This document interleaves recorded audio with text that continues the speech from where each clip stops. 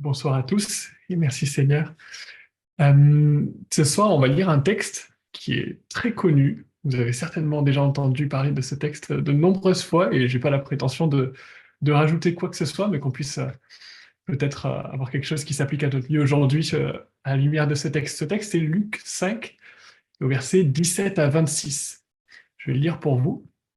Un jour, Jésus enseignait. Des pharisiens et des docteurs de la loi étaient assis. Ils étaient venus de tous les villages de Galilée, de Judée et de Jérusalem. Et la puissance du Seigneur se manifestait par des guérisons.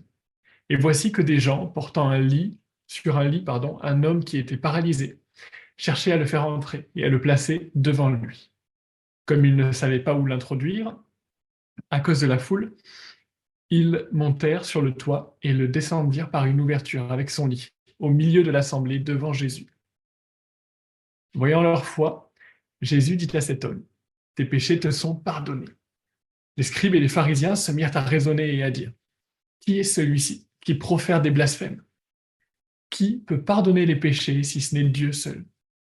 Jésus connut leur raisonnement, prit la parole et leur dit, pourquoi faites-vous de tels raisonnements dans vos cœurs? Qu'est-ce qui est plus facile de dire? Tes péchés te sont pardonnés? Ou de dire, lève-toi et marche? Or, afin que vous sachiez que le Fils de l'homme a sur la terre le pouvoir de pardonner les péchés, je te l'ordonne, dit-il au paralysé. Lève-toi, prends ton lit et va dans ta maison. Et à l'instant, il se leva en leur présence, prit le lit sur lequel il était couché et s'en alla dans sa maison en glorifiant Dieu. Tous étaient dans l'étonnement et glorifiaient Dieu. Remplis de crainte, il disait, nous avons vu aujourd'hui des choses étranges. Amen. Voilà le texte qu'il écrit, la scène où le paralytique est porté par ses amis au pied de Jésus. Au milieu de cette foule, dans cette maison, en passant par le toit. C'est un texte qu'on a tous beaucoup entendu, mais à chaque fois que je lis ça, je m'imagine à la place de ces hommes, à la place de ce paralytique, à la place de ses amis qui l'apportent. Et, euh, et donc, ayant fait tous ces efforts de monter sur le toit ou découvrir le toit, descendre leur ami devant Jésus, ça n'a pas dû être de tout repos ni pour se paralyser, ni pour les amis. Lorsqu'ils arrivent devant Jésus, l'objectif paraît évident, ils veulent que cet homme soit guéri de sa paralysie. Euh, et lorsqu'ils reçoivent cette réponse de la part de Jésus, lorsque cet homme reçoit cette parole où Jésus lui dit tes péchés te sont pardonnés, bah, si je me mets à la place du paralysé, dans un premier temps, je me dirais bon, merci Jésus, mais ce n'est pas la raison pour laquelle je suis là. Et je me suis demandé, est-ce que Jésus était à côté de la plaque dans ce moment? Est-ce qu'il n'était pas en phase avec le besoin de cet homme? Et en réalité, la réponse que j'ai pu trouver, c'est que ce que Jésus offre en premier, c'est ce qu'il a de plus cher. C'est ce qu'il a de plus important, parce que lui sait quelle est la valeur des choses, la valeur réelle des choses. Et je pense, en me mettant à la place de ce paralysé, que la phrase tes péchés te sont pardonnés a une signification peut-être différente de celle qu'on peut voir nous. Parce que s'il a reçu cette phrase, lui, c'est qu'il est venu vers ce Jésus en qui il a placé sa foi, croyant que c'était le Messie, croyant qu'il était l'envoyé, qui avait été annoncé. Et à cette époque, c'est pas comme aujourd'hui où ben, pour nous, le pardon de nos péchés nous est offert. Jésus a déjà tout payé, c'est gratuit pour nous. Mais à l'époque, il y avait des sacrifices à faire. Et, euh, et cet homme était paralysé. Alors, on ne va pas le lire ce soir, mais si on regarde dans Lévitique 5, on peut voir ben, justement les sacrifices à faire pour le pardon des péchés. Et on peut noter, par exemple, que lorsqu'on touchait simplement quelque chose d'impur, ben, on se rendait coupable d'un péché. Et pour recevoir le pardon de ce péché, on devait apporter une femelle de menu bétail au sacrificateur, une brebis ou une chèvre, comme sacrifice pour le pardon de ce péché. Mais si je suis paralysé, je ne peux pas travailler, je ne peux pas gagner ma vie, je ne peux pas élever des animaux. Donc comment est-ce que je peux me procurer une femelle de menu bétail pour pouvoir l'apporter au sacrificateur pour le pardon de mon péché?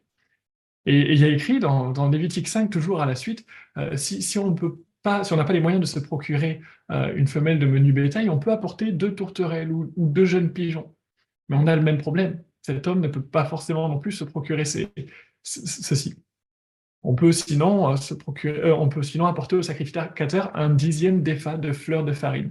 mais toujours le même problème. Si même cet homme avait un dixième de fleur de farine, peut-être demanderait-il à avoir un gâteau pour ne pas mourir de faim. On imagine que la situation de cet homme, dans cette situation de handicap, il n'y avait pas de subvention ou quoi que ce soit, était très compliquée. Alors peut-être ses amis pouvaient pourvoir à ce qu'il fallait pour le sacrifice de temps en temps, mais c'est un homme qui était en grande difficulté. Et alors on se demande, est-ce que cet homme était condamné par son état physique à ne pas pouvoir accéder au pardon de ses péchés? Est-ce que cet homme ne pouvait jamais apporter un animal à sacrifier pour le pardon de ses péchés? Et Jésus, lorsqu'il le voit, lui dit: tes péchés te sont pardonnés, je t'offre ce que tu ne peux pas t'offrir.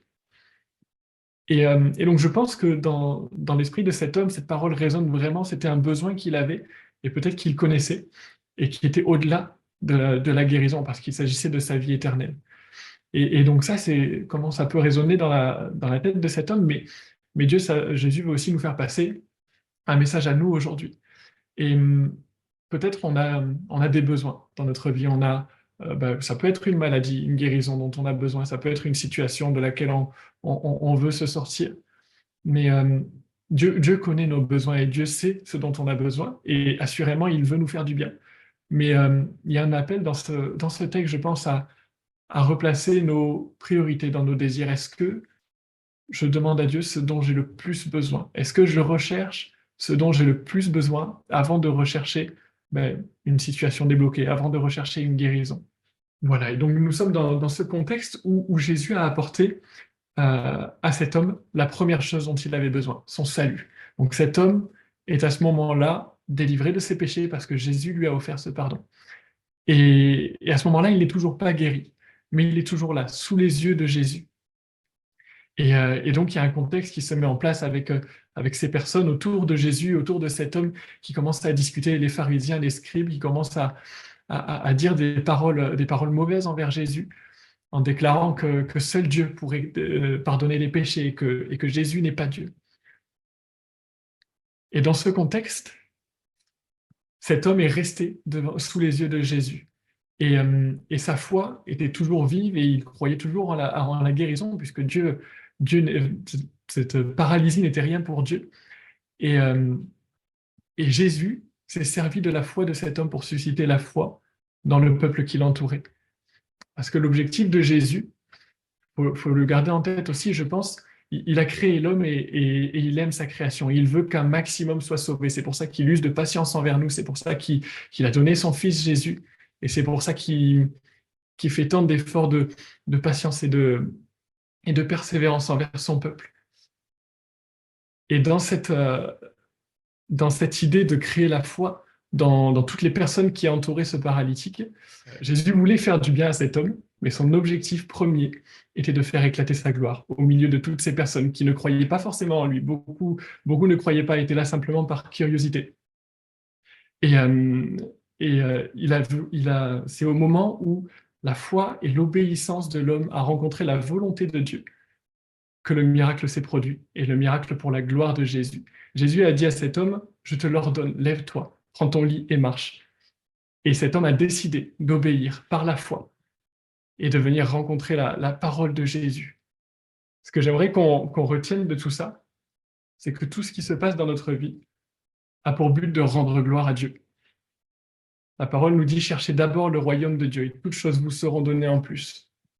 Dieu fait des miracles, mais les miracles qu'il fait, oui, il veut notre bien, oui, il veut notre guérison, oui, il veut débloquer nos situations, mais les miracles qu'il fait sont avant tout pour sa gloire, pour attirer d'autres âmes à lui.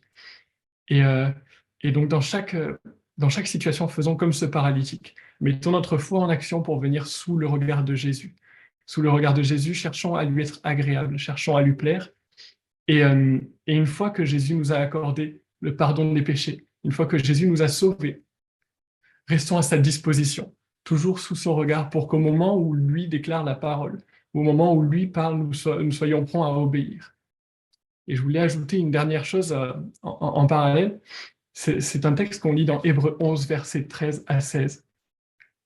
C'est un chapitre où on peut lire tout un tas de personnes qui ont vécu par la foi, et c'est par la foi que beaucoup de personnes ont vécu des miracles.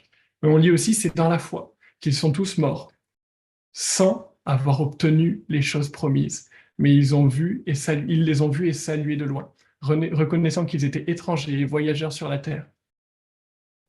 Certaines de ces personnes n'ont pas vu la promesse s'accomplir, mais ils croyaient, et j'aime beaucoup cette phrase, en le Dieu de la promesse, et pas en la promesse de Dieu.